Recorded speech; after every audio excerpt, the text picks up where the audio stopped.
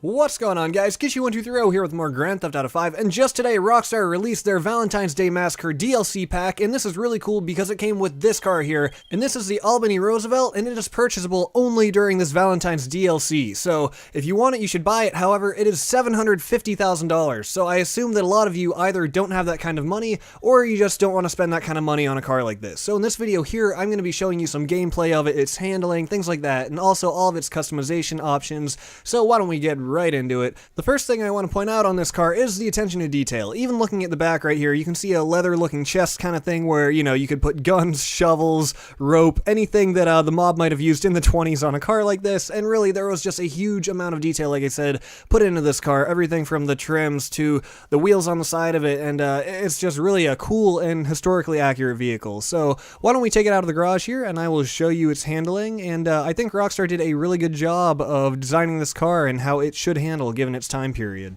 Okay, so as you would imagine, this car isn't the fastest. It's from the 1920s, so I don't think you would expect it to be that fast, but anyways, like I said, I think that Rockstar did a good job of designing this thing and its handling. It doesn't turn very sharp, obviously, it's armored, so it's extremely heavy, and also because of its age and its weight, the suspension on it is actually pretty tight. It's kind of hard to tell from this video, but even riding up onto the curb and things like that, in normal cars, riding onto the curb wouldn't be too jarring, but I feel like in this vehicle, you could almost hear the thud as you drove up onto the curb, just because it is so, just such an old, outdated car and the construction that would have gone in it in that time period. I don't know if this is just coincidence or my own mind making me believe that because it's an old car, but I truly feel like Rockstar put that attention to detail in the game, and I really think this car is awesome. As you can see here, I ordered it in white. This is what it's going to look like if you get white. If you get black, it's going to be entirely black, and I'm really happy with my choice of white. I think it turned out really good, and as you can see here, I'm turning sharp there, and it actually doesn't turn that sharp. I was turning as sharply as possible. Here I'm doing the same,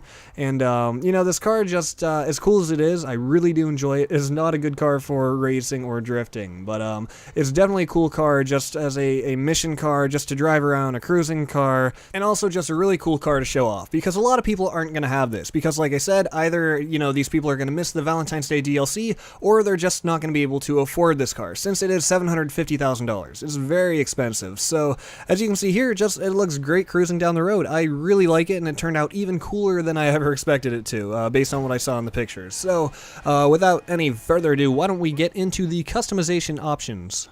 Okay, so the first thing you'll see when you pull into Los Santos Customs is, of course, the armor, and that is in increments of 20%. You can see 20 up to 100%. Below that, you've got brakes with the normal options, then the engine, once again with the normal options, and explosives. That's a cool car to rig with explosives. The horns are all there as usual. The lights, still the same lights. License plates, all the same license plates. That was actually theft and loss prevention, but anyways, here are the license plates where, okay, I put on the black one here because it looks better.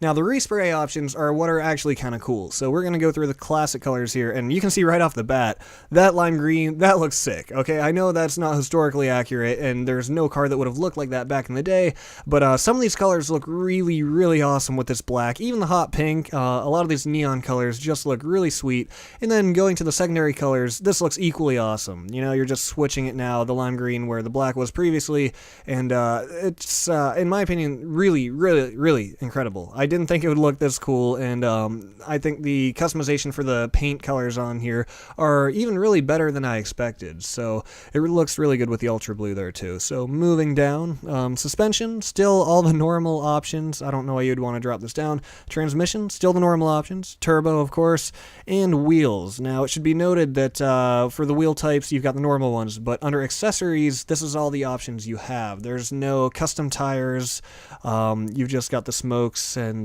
bulletproof tires, and under windows here, limo I put on because that looks good, and I think, let me see, backing up, that's pretty much it. As you can see there, there are no cosmetic upgrades to this car. That is what I wanted to show you. It's really just all tunable upgrades. The only things that are cosmetic are the windows and the wheels, but besides that, there's no body upgrades, no hood changes, grills, nothing like that. So with this car, pretty much what you see is what you get. The main thing you're going to be customizing here physically is the color of it. So with that, guys, please tell me what you think of this car in the comments below. If I'd rate this this car on a scale of 1 to 10, it's a little expensive for what it is, but then again, it should be expensive because it's cool and it's kind of rare. Not many people are going to have this. I would have to give this car a solid 8 or 9 just because of how cool it is. I mean, I think that it really just looks awesome. I know it's not the fastest, but the point isn't for it to be fast. You know, this was never really a fast car. It's supposed to be functional, armored, and, you know, from the 1920s. So, given all that, I'd have to give it, like I said, an 8 or a 9. So, please tell me what you think in the comments below, and please stay tuned for more Grand Theft Auto 5 in the future. I will see you next time.